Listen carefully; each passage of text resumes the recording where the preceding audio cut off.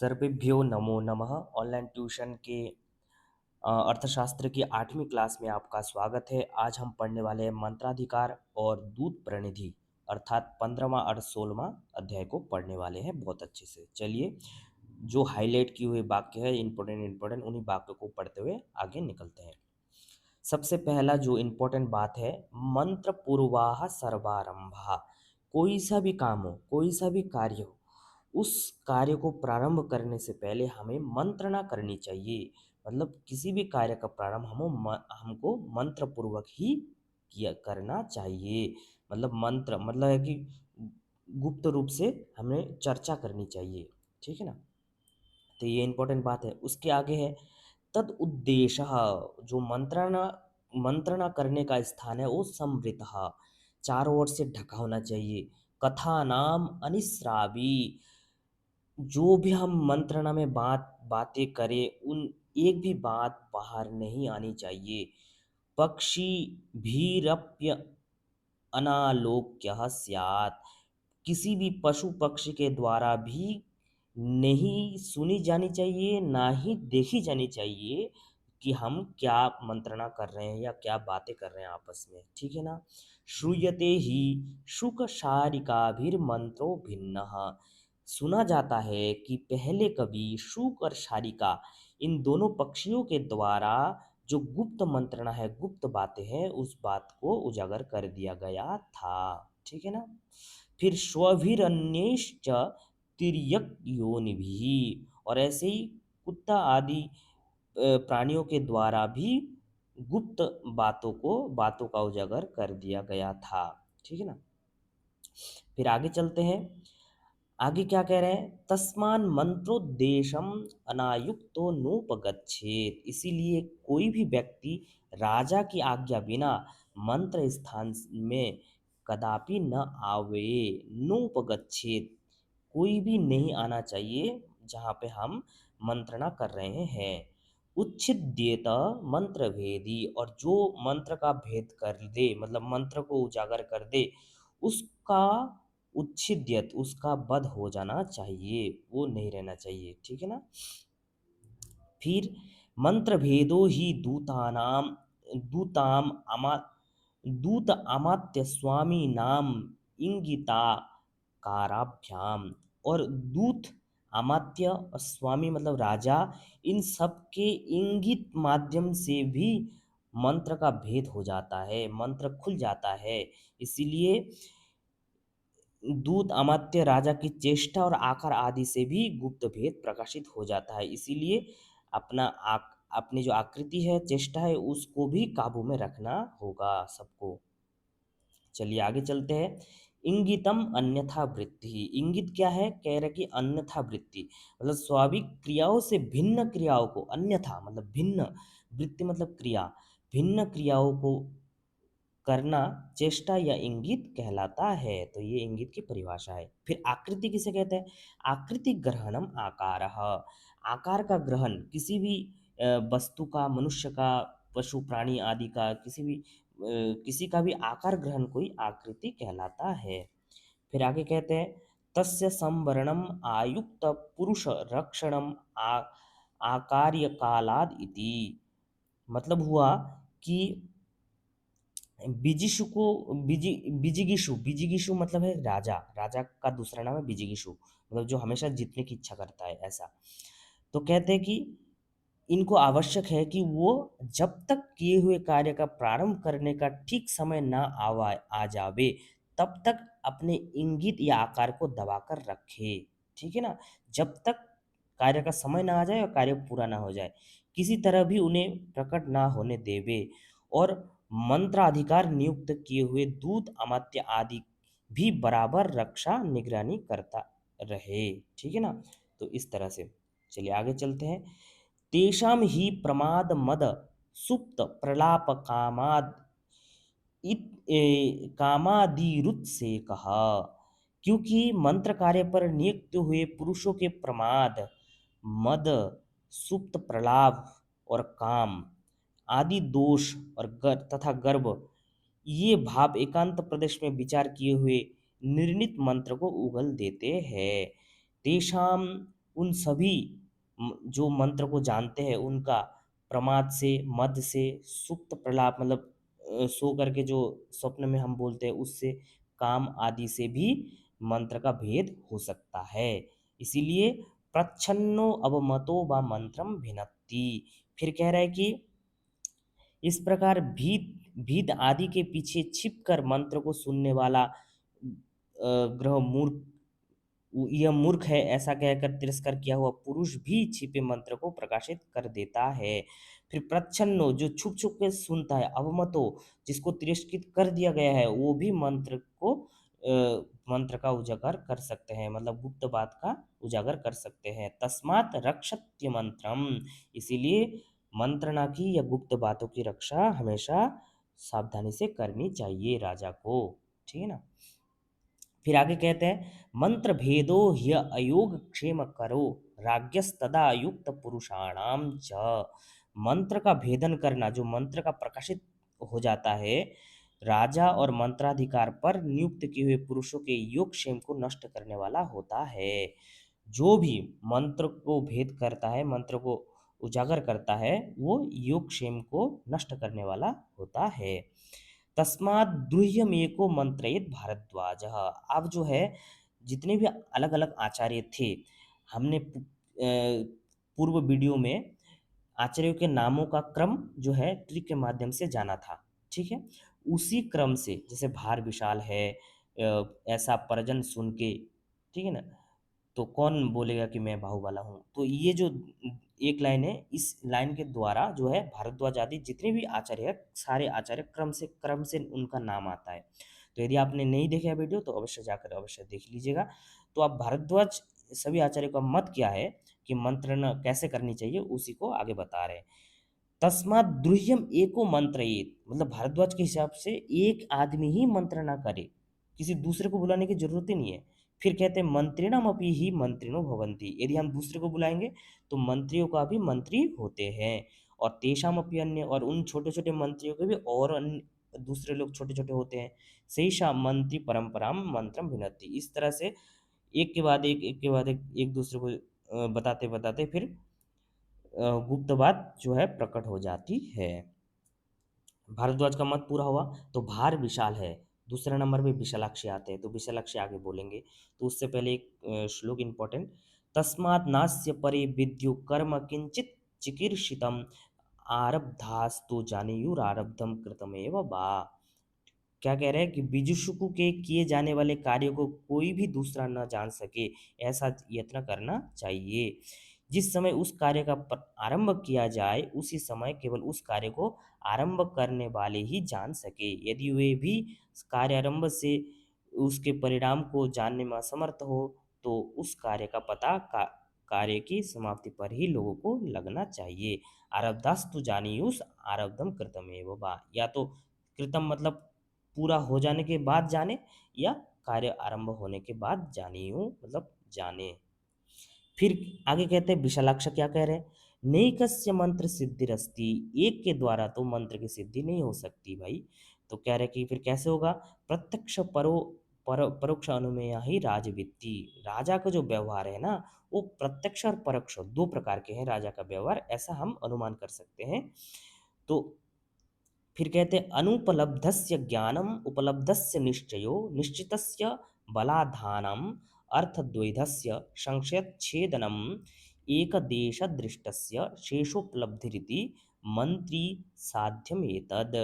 मंत्री साध्यमेतद मतलब ऐसा मंत्रियों के द्वारा ही साध्य हो सकता है। क्या साध्य हो सकता है, अनुपलब्ध से ज्ञानम, जो अनुपलब्ध है उसका ज्ञान, और उपलब्ध से निश्चय, और जो ज्ञान उपलब्ध है उसका निश्चित ज्ञान होना, और निश्चितस्य बलाधानम, और जो निश्चित कार्य को दृढ़ करना, बलाधानम दृढ़ करना, और किसी कार्य में संदेह उत्पन्न हो जाने पर उस संशय का निवारण करना।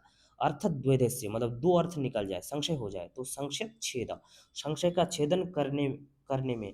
और फिर क्या कहते हैं, कुछ जाने हुए कार्य के शेष भाग को भी जानना, है, कुछ जाने हुए कार्य के शेष भाग को भी जानना, शेषोपलब्धि, शेषोपलब्धि मतलब शेष भाग को भी जानना, ये सब कार्य मंत्रियों के द्वारा ही पूरे किए जा सकते हैं। मंत्री साध्यम एतद, वेरी वेरी इंपॉर्टेंट है कि ये सारे के सारे कार्य जो है मंत्री के द्वारा ही पूरा किया जाता है या मंत्री के ही कार्य होते हैं। तो ये वेरी वेरी इंपॉर्टेंट है, आपको पूछ सकते हैं कि मंत्री के कार्य इनमें से कौन कौन से हैं। तो आपको ये 2 लाइन अच्छे से पढ़ना है अर्थ सहित, ठीक है ना। फिर क्या कह रहे हैं, तस्मात् बुद्धिर्विद्यै सार्धम सार्धम आसीत मंत्रम, इसीलिए विषलक्ष का मानना है कि जो बुद्धिमान मंत्री लोग हैं उनके साथ बैठ बैठ करके हमें गुप्त बातें या निर्णय वगैरह लेनी चाहिए। ये मत हुआ विशालाक्ष का। अब आगे चलते हैं, आगे एक श्लोक आता है, न कंचित अवमन्येत सर्वस्य शृणुयान मतम बालस्याप्यर्थवत वाक्यम उपयंजित पंडितः। वेरी वेरी इंपॉर्टेंट श्लोक है। क्या कह रहे हैं कि न कंचित अवमन्येत, कुछ भी किसी को भी हमें किसी की भी अवमानना या तिरस्कार नहीं करना चाहिए। सर्वस्य श्रेष्ठवान मतन, सभी का मत हमको सुनना चाहिए।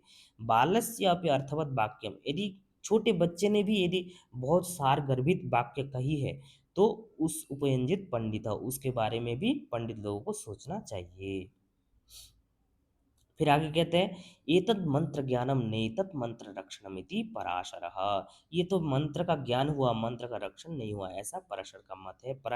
फिर पराशर जी बोलेंगे कि उनके हिसाब से क्या होना चाहिए, तो ते यथा कुर्युस तत्कुर्यात ब्रूयुस तत्कुर्यात, जो मंत्री वगैरह है जैसा बोले वैसा करना चाहिए। एवं मंत्रोपलब्धि समृद्धिश्च भवति इति, इस प्रकार ऐसा करने से मंत्र का ज्ञान भी हो जाता है और मंत्र की रक्षा भी हो जाती है। मंत्री भी कुछ कहे उस उसी उस ही के अनुसार अपना कार्य करना चाहिए, मतलब है कि मंत्री लोग जैसे बोले ऐसे ही कार्य करना चाहिए, ठीक है ना। तो उससे मंत्र की उपलब्धि भी हो जाती है और उसकी रक्षा समृद्धि मतलब मंत्र की रक्षा भी हो जाती है। ऐसा किसका मत है, पराशर का मत है। भार विशाल है, परजन, परजन मतलब पराशर, पराजन सुन के आप पिशुन का मत आएगा। आगे देखो, न इति पिशून, पिशुन का मत आएगा।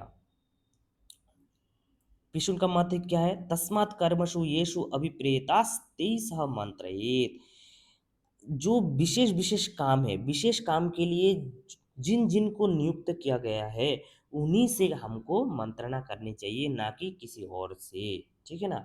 यदि हम दुर्ग बनाने के कार्य में लगे हैं तो दुर्ग बनाने वाले जो मंत्री आदि है, जिन उनका जो नॉलेज है जिस भी व्यक्ति को, उसी व्यक्ति से हमें मंत्रणा करनी चाहिए, ऐसा किसका मत है, पिशुन का मत है।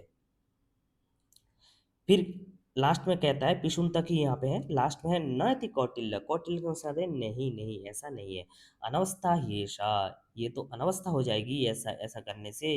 मंत्री भी स्त्री भी चतुर्भी वा मंत्रिहित, कह रहे कि मंत्रणा हमें 3 या 4 मंत्रियों के साथ ही करना चाहिए, किसी भी चीज की किसी भी विषय की मंत्रणा हमको 3 या 4 मंत्री के साथ ही करना चाहिए। फिर आगे चलते हैं, द्वाभ्याम मंत्रयमानो द्वाभ्याम संहताभ्याम अवगृह्यते, यदि केवल 2 मंत्रियों के साथ राजा विचार करता है तो यह बहुत संभव है कि वे दोनों आपस में मिलकर राजा को अपने वश में कर ले, ठीक है ना। तो ये हुआ इसका अर्थ। आगे है विगृहीताभ्याम विनाश्यते, यदि आपस में उनका झगड़ा हो जाए तो कार्य का ही सर्वथा नाश हो जाता है। विगृहीताभ्याम विनाश्यते मतलब है कि झगड़ा हो जाए तो विनाश को प्राप्त हो जाता है।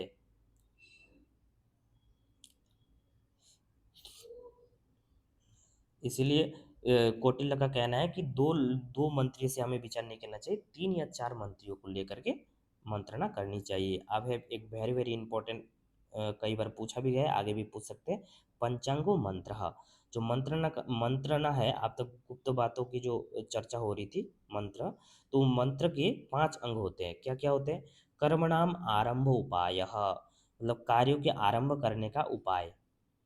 पुरुष द्रव्य संपत, पुरुष द्रव्य संपत मतलब हुआ कि पुरुष और द्रव्य संपत्ति, पुरुष मतलब व्यक्ति, द्रव्य संपत्ति मतलब है कि राज्य के द्रव्य संपत्ति। देश काल विभागो, देश मतलब स्थान, काल और मतलब स्थान और काल की विवेचना करना। विनिपात प्रतिकार, प्रतिकार, विनिपात प्रतिकार, और कार्य सिद्धि लास्ट में है, कार्य की सिद्धि करना। और विनिपात प्रतिकार मतलब हुआ, आपको हम यहाँ बताते हैं। विनिपात प्रतिकार मतलब हुआ अपने दुर्ग आदि पर आने वाले या आए हुए विघ्नों का प्रतिकार करना। ठीक है ना, जो जो भी विघ्न आए उस विघ्न का प्रतिकार करना विनिपात प्रतिकार। तो इसको क्रम से ही आपको ध्यान रखना है। लास्ट में आता है कार्य सिद्धि, तो कार्य सिद्धि लास्ट में आता ही आता है, क्योंकि कार्य सिद्धि मतलब ये फल हुआ, है ना। तो इस तरह से चलिए आगे चलते हैं। आगे है हेतुभिश्चैषां मति प्रविवेकान विद्यात् अवाप्तार्थ कालम नातिक्रामेत। तो इसका अर्थ है कि हेतुभिश्चैषां मति प्रविवेकनाम विद्यात्, मतलब है कि जो मति प्रविवेक है, जो विचारशील बातें हैं या विचारशील राजा राजा प्रत्येक के मत को समझे। ठीक है ना, इन ऐसा मतलब इन सभी के मत को समझना चाहिए, जो विचारशील राजा होता है उनको। अवाप्तार्थ जो अवाप्तार्थ है, मतलब अर्थ का निश्चय निश्चय हुआ है, कालम नातिक्रमेत उस जो अर्थ निश्चय हो चुका है उसका शीघ्र ही संपादन करना चाहिए, ना कि काल को अतिक्रमण करना चाहिए। ठीक है ना, मतलब ज़्यादा काल को अतिक्रमण नहीं करना चाहिए, शीघ्र करना चाहिए। ये न दीर्घ कालम मंत्रेत, और दीर्घ काल तक भी मंत्रण नहीं करनी चाहिए। फिर आगे कहते हैं मंत्रि परिषदम द्वादश आमात्यान कुर्वीतेति मानवाः। मानव मतलब मनु। आचार्य मनु कहते हैं कि मंत्रि परिषद में कितने मंत्री होने चाहिए? द्वादश, 12 अमात्य जो है होने चाहिए। षोडश इति बृहस्पत्या, बृहस्पति के हिसाब से 16 होने चाहिए। ठीक है ना। विंशति इत्योषणसा, और ओशनसा मतलब शुक्राचार्य के हिसाब से 20 आचार्य होने चाहिए। फिर कौटिल्य जी कहते हैं यथा सामर्थ्यम इति कौटिल्य। कौटिल्य बहुत समझदार आदमी है, वो कहते हैं कि नहीं नहीं, यथा सामर्थ्यम, यदि बड़ा है तो और ले लो, मतलब बहुत सारे व्यक्ति को लो, लेकिन यदि राज्य छोटा है तो थोड़े ले लो। ठीक है ना, जितना जहाँ पे जितने की जरूरत है उतने हमको मन अमात्य बनाने चाहिए। फिर आगे है इंद्रस्य ही मंत्रि परिषद ऋषि नाम सहस्त्रम। जैसे हम सुनते हैं कि इंद्र के मंत्रि परिषद में भी सहस्त्र मतलब हजारों जो है अमात्य थे। ठीक है ना, इंद्र के जो मंत्रि परिषद है उसमें हजारों ऋषि लोग अमात्य के रूप में थे। स तत्चक्षु, और अमात्य जो है वही राजा के चक्षु होते हैं। तस्मात् इदम द्वैक्षरम सहस्राक्षम आहुहु, इसीलिए इस 2 आँख वाले इंद्र को सहस्राक्ष मतलब 1000 आँखों वाला कहा जाता है। इसी इसी वजह से 1000 आँखों वाला कहा जाता है। फिर आगे कहते हैं यत्र भूयस यत यत तत्र यद भूयिष्ठः कार्य सिद्धिकरम वा ब्रूयुस् तत्कुर्यात्। फिर कह रहे हैं कि उनमें से अधिक मंत्री जिस बात को कहे, भूयिष्ठ मतलब कि जो जिस बात पे समर्थन ज़्यादा हो, भूयिष्ठ मतलब ज़्यादा ज़्यादा समर्थन आए, कार्य सिद्धिकरम उसी उस उपाय को शीघ्र ही कार्य की सिद्धि कराने वाला बतावे। और राजा को चाहिए कि उसी उपाय का अनुष्ठान करे, और उसी उपाय को माने और उसका अनुष्ठान करे, ऐसा राजा को चाहिए। चलिए आगे चलते हैं। आप जो है 16वां अध्याय पढ़ने वाले हैं, दूत प्रणिधि। इसमें बहुत थोड़े वाक्य ही है, जो हम अभी 5 मिनट में खत्म हो जाएगा इसका।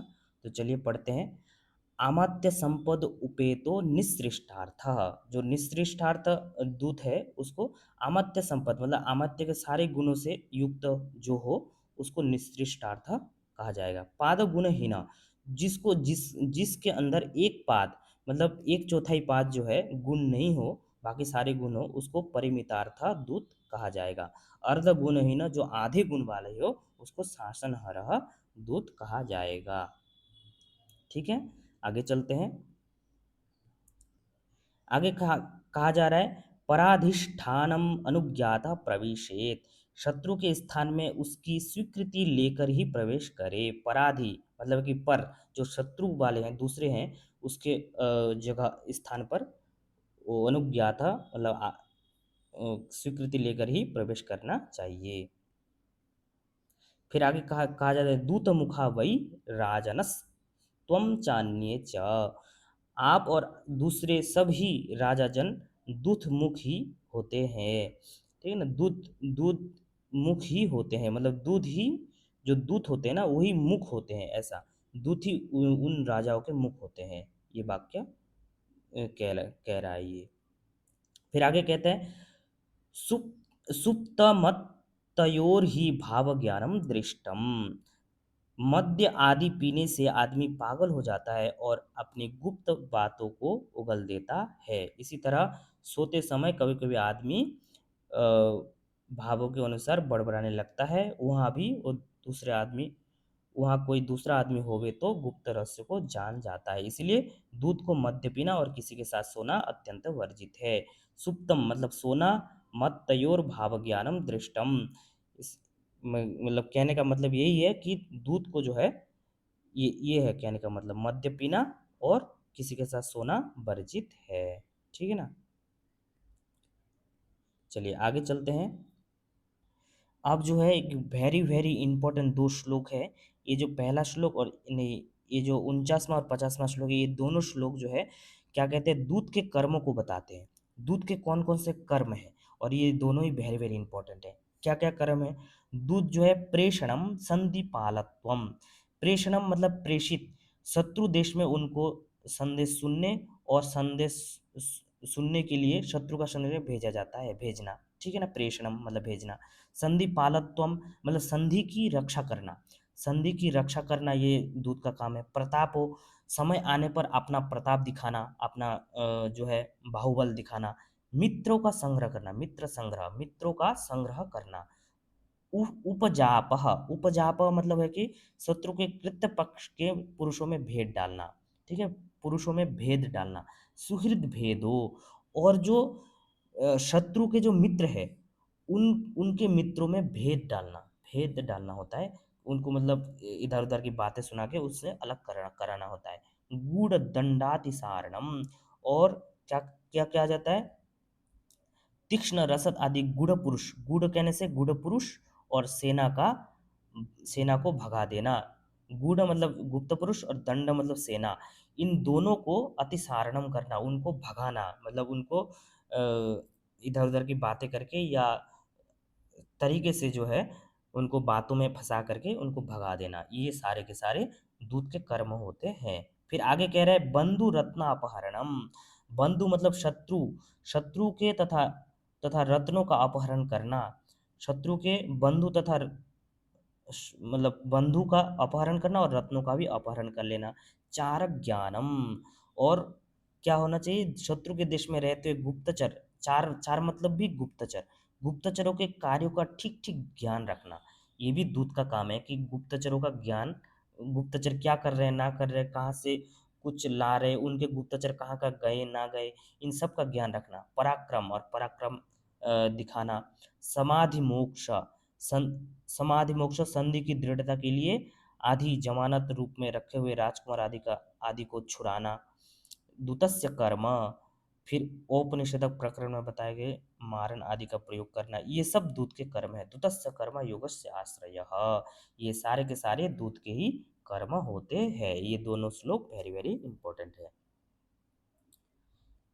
फिर आगे चलते हैं। तो इस प्रकार जो है हम लोगों की आज की क्लास पूरी हो जाती है। और यदि वीडियो अच्छा लगे तो आप चैनल को अवश्य सब्सक्राइब कीजिए, साथ ही साथ वीडियो को लाइक कीजिए। आपके द्वारा दिया गया एक लाइक मुझे मोटिवेट करेगा और ज़्यादा से ज़्यादा वीडियो बनाने के लिए। साथ ही साथ ज़्यादा से ज़्यादा दोस्तों को भी शेयर कीजिए। ठीक है? और अगले वीडियो हम राजपुत्रों से राजा की रक्षा, इसके बारे में 17वां अध्याय पढ़ने वाले हैं।